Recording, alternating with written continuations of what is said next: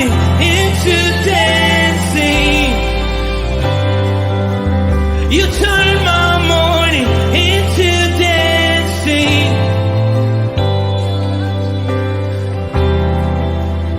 Your love changes everything. There's something about your love. Something about your love changes everything. Changes everything.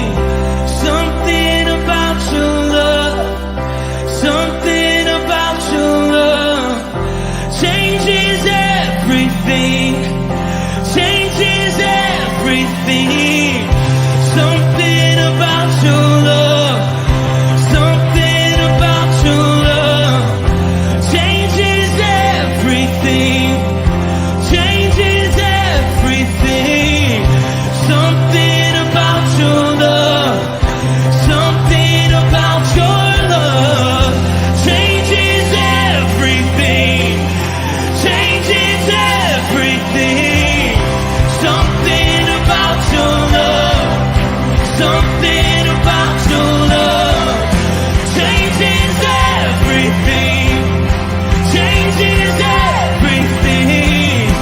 Something about your love. Something about your love changes everything. You turn my morning into dancing. You turn my morning into dancing. You turn my morning into dancing. You turn my morning into dancing. 'Cause your love changes everything. Your love changes everything. You turn my morning into dancing. You turn my morning into dancing. You turn my morning into dancing. 'Cause your love changes everything. Your love changes everything. Oh, there's something about your love. Something about your love changes everything in my body. Oh, something about your love. Something about your love changes everything. It changes everything. Something about your love. Something about your love changes everything. It changes everything. Something about your love. Something about your love changes everything. Changes everything. Something about your love. Something about your love changes everything. Something about your love. Something about your love changes everything. Changes everything. Something about your love. Something about your love changes everything. Changes everything. Something about your love.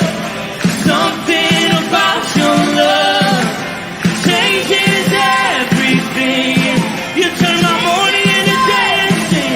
You turn my morning into dancing.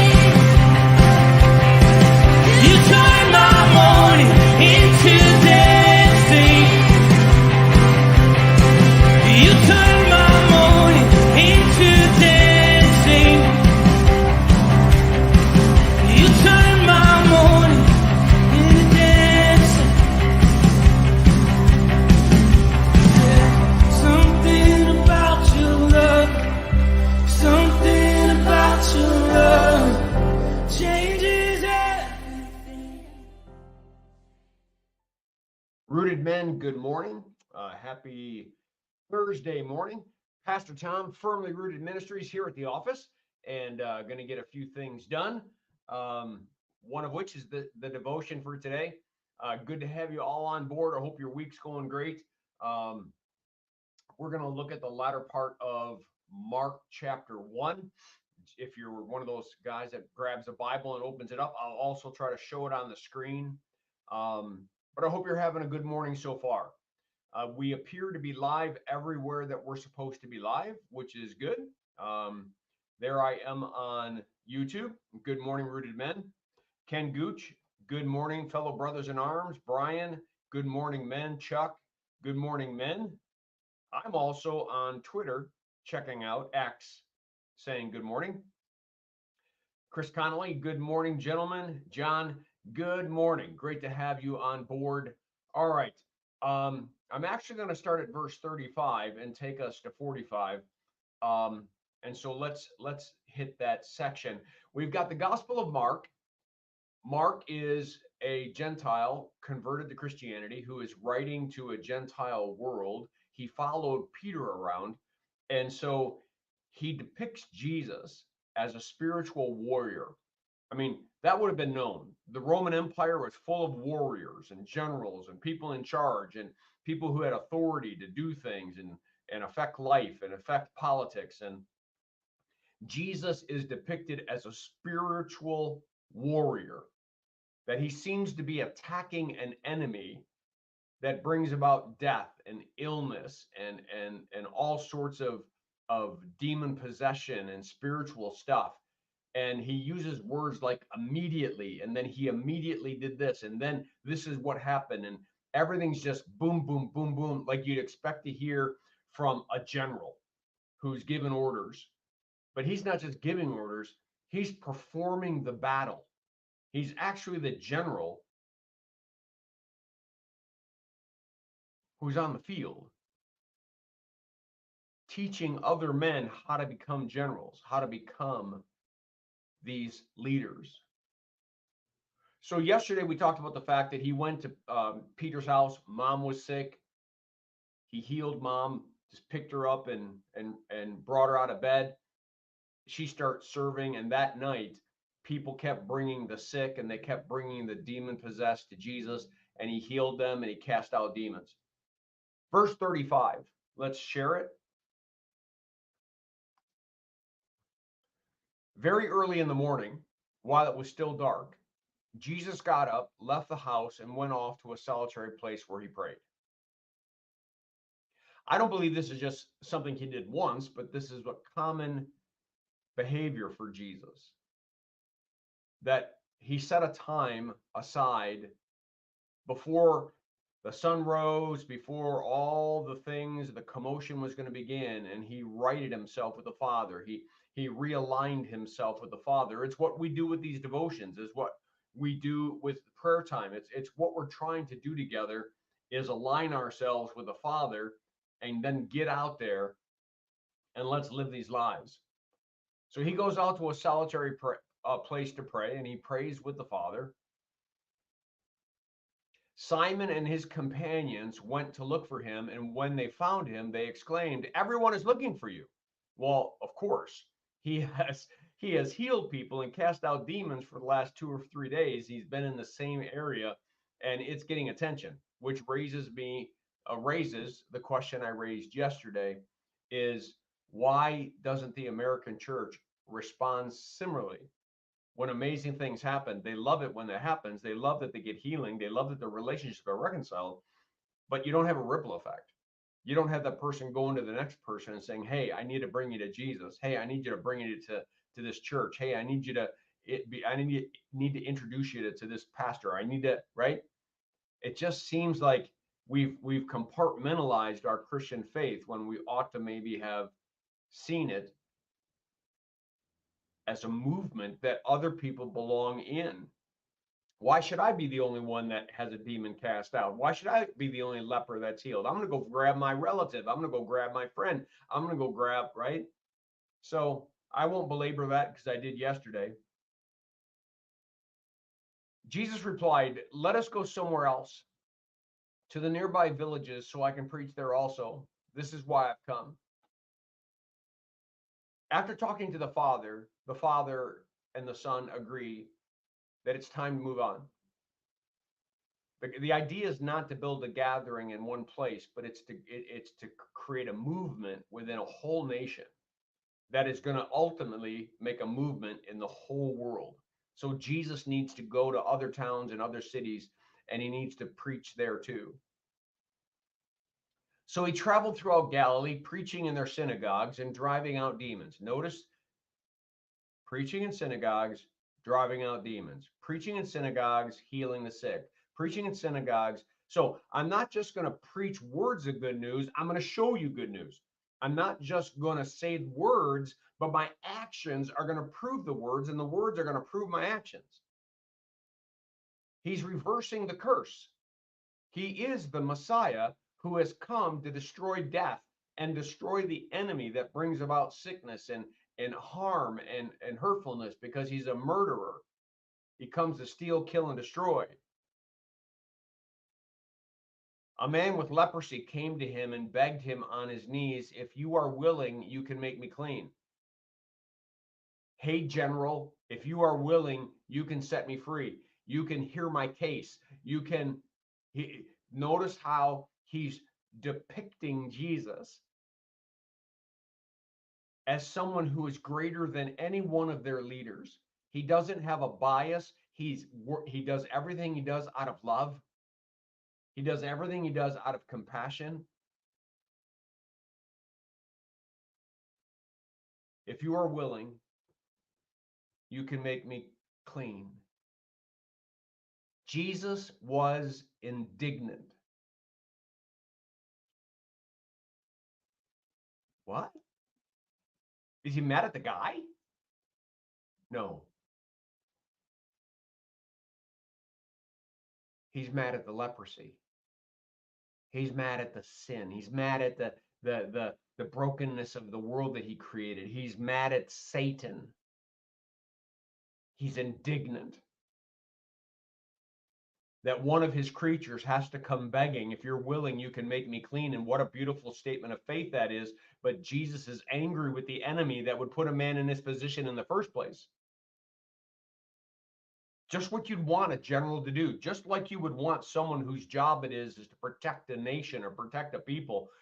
Jesus is doing just that, and Mark is recording it as he is the king of a new kingdom. And this is how this new kingdom works. He reached out his hand and touched the man. "I am willing," he said, "be clean." I am willing. I have empathy. I understand. Not just that you have leprosy, but I understand what it's done to your life, and it's what it's done to all of your relationships. I get it. And I am willing. And so then the command to be clean. The command to cast out a demon. You see, some of the things that we're experiencing here at Firmly Rooted are directly connected to the fact that we believe that we're still at war with an enemy, and we have the power and authority to go beeline it right to the enemy, not in our own power, but the power of Jesus Christ, the power of his kingdom. And that enemy is going to bend. That enemy is going to bow. That enemy is going to leave. And now you have Christians freer than they've ever been. You have people that have repaired relationships. We've had physical healings. Because Jesus said, you're going to do these things. You're going to do things just like these things. Jesus sent the man away with a strong warning. "See that you do not tell this to anyone, but go and show yourself to the priests and offer the sacrifices that Moses commanded for your cleansing as a testimony to them." Go be obedient to the word. Go be obedient to the word. You have been cleansed. Go to the high priest. Show yourself to be cleansed. Go through all the proper steps and the proper sacrifices and go live your life. But don't talk about me.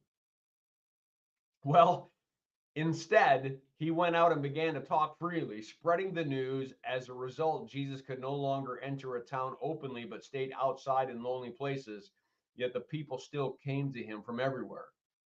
He had to avoid getting in a large area because he didn't want to become a political picture or person. He didn't want to get caught up in any kind of political drama.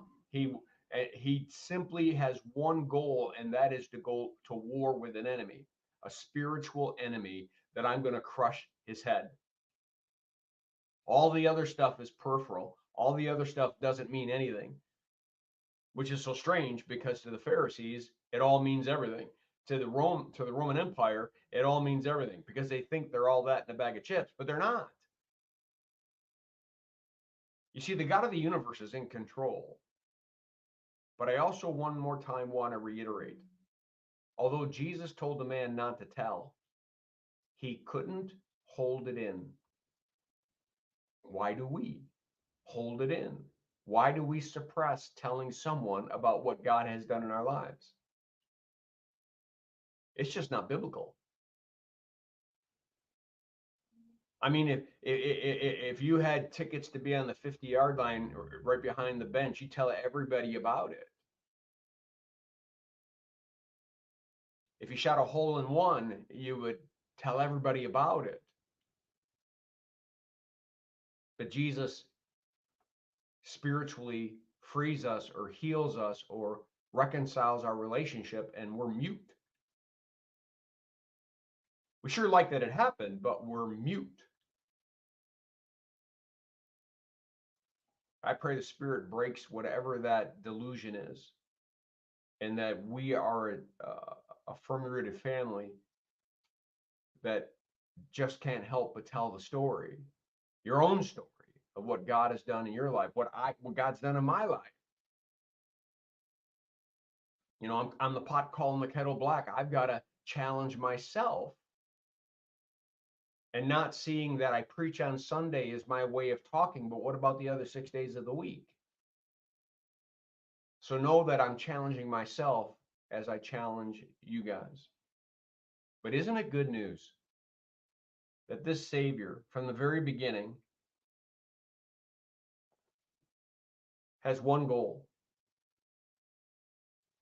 to defeat that enemy and to reverse all the curses that that enemy created in the Garden of Eden when Adam and Eve sinned. And Mark is depicting Jesus as this king, this warrior, this general who is on the earth doing the work, showing us how the work is done so that we can continue to do the work. All right, I'll leave it at that. That we're going to be going into chapter 2 next. I